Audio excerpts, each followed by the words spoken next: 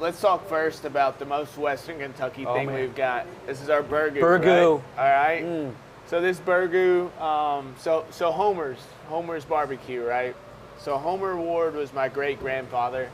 He had a barbecue place in Western Kentucky, the late '60s, early '70s. So we're paying homage to Homer and his name and his barbecue heritage here. So, you know, the burgu is by far the biggest staple of Western Kentucky barbecue, and really Western Kentucky tradition, right? The tradition of burgu, and burgu's a really tough one to explain what it is, but I call it a meat stew with a little bit of vegetables, right? So burgu kind of started back in the day. A lot of the Catholic churches, the churches, organizations did lots of fundraisers. They do burgu cooks, right? And burgu naturally comes from back in the day. People used to just dump out their freezer, whatever they had in their deep freeze, they made burgu with. So any wild game and things like that. Our burgu consists of our pulled chicken, pork, and brisket. It's got vegetables in it. It's got carrots, lima beans, potatoes, tomatoes, and more of a tomato-based meat stew with vegetables in it as well. How do you know you're eating a really good burgu? So once again, we take a little bit different approach to it. Okay. You know, more people, most, you know, burgu is more of a soup-like consistency. Yes. Ours is more a stew-like, a little thicker. But the more meat, the merrier. And when you know you've got a real good burgu, it's got tons of meat in it. Now, sometimes you may not have a clue what the hell that meat is. Well, that's what burgu is all about. Well, I was going to say, one of the great things about burgu is there's no waste in your restaurant because you've got burgu, right? Amen, right? Amen. That's what it's all about. You know, that meaty stew, it's got the corn, it's got the lima beans, the potatoes, a little bit of everything. But, man, it's loaded with meat. and the traditional burgu, which is very unique, is it's cooked over open flames in these big, you know, 50-gallon vats, right? So you're cooking on open flame. And so the thing with burgu is you have to constantly stir it.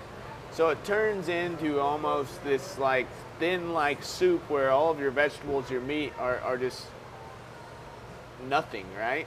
Well, we obviously have a little bit different technology than that. We use a steam boiler, a double pot steam boiler, so we don't have to stir it, so you have some consistency to it. A lot of other burgers don't have that consistency. You just basically beat that stuff up until it's nothing and it's kind of mush. But so you made a real good point. When I think of tri-state Catholicism, I think of the fish fries in Evansville, but I think of burgu. The burgu in Western Kentucky, 100% there. So, which is a lot of fun. So. Yeah. And that tradition goes back decades. Decades. Yeah. That's for sure. I mean, and probably much further than that. So everybody always tells me I didn't know my great grandfather Homer, but they talk about his burgu. And then right behind this burgu, they talk about his mutton. And so that is something that means a lot to me. And it's probably a little bit different than what he used to do, but I think he'd be pretty proud of it. It looks like you've also put maybe a Tex Mex type of spin on things so here. We do, like I said, we kind of serve that Texas style barbecue, heavy dry rub, no sauce on anything. We have our slew of sauces over here. But yeah, a Tex Mex thing here. This is what we call brisketo. It's our take on a basically a deep fried taquito is what it is. So it's a flour tortilla wrapped in a brisket mixture. So we take our leftover brisket, we grind it down, add a little bit of cream cheese to it, tons of our house rub, caramelized onions, a little pickled jalapenos, and then we take those in the deep fry them, smother them in queso, our sweet and tangy sauce, and they're delicious, right? And then the next one kind of brings back some of my seafood heritage. We call these the pork cakes. And everybody's like, what in the world is a pork cake? It's like a crab cake, Well, kind of, sort of. I like to call it a redneck crab cake. It's exactly what it is. We're in Kentucky, you know. We are who we are. It is what it is. It's a redneck crab cake. So we take basically our leftover pork. We then, add a little bit of cream cheese to that. We panko bread that, deep fry it. It's served on a bed of slaw, and then we double drizzle it with our Carolina mustard. Once again, that paying a little homage to my South Carolina and Low Country roots. That Carolina mustard sauce and our traditional sweet and tangy sauce there. We've got some of our meats here. We got our brisket. Once again, a Texas-style brisket. That's getting more and more popular, isn't it? It really is, and unfortunately the cost is rather expensive on brisket, but it is what it is. People love it. Ours is very popular. It's honestly becoming one of our #1 sellers, right behind our traditional pulled pork. Our ribs, our St. Louis ribs, a heavy dry rub on those. We glaze them once, no sauce on those. They're delicious. And we talk about family. Homer's my great-grandfather. This is a recipe from my mother-in-law, which is amazing. We call it cowboy caviar. It's basically a 3-bean dip. So when I joined, I guess my wife's family, I told you earlier, we started dating like 12 years ago. We'd go to any family occasion, she'd make this. And then that happened for about a year, and I'm like, all right, Sean, I need that recipe. And so then we started preparing any little event or party we went to. We prepared this cowboy caviar that's delicious.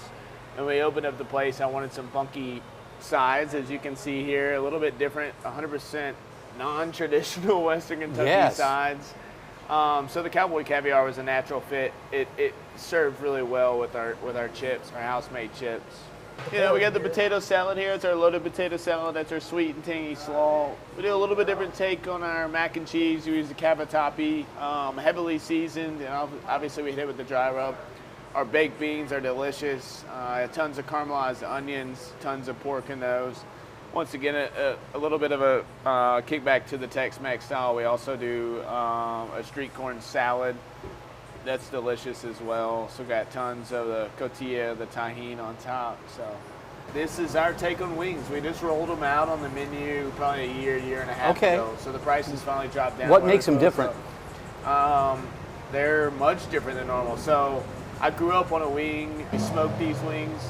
We're trying to smoke those to right on to 165, right at that safe temperature. We then cool those wings, and then once again we flash fry those wings to give them crispy. So the smoking process kind of renders some of the fat on those larger wings, and then when you drop them in the fryer, they just crisp up. They're delicious. And then these particular wings, what's really cool is they're a peach teriyaki sauce. Oh my gosh. Funky. No, you're a lot different, and you're a lot funky, and that is awesome. And that's who we want to be. Yeah. Casey, cheers to the funky wings. That's right. Wow. And wait, the peach will hit you in the back.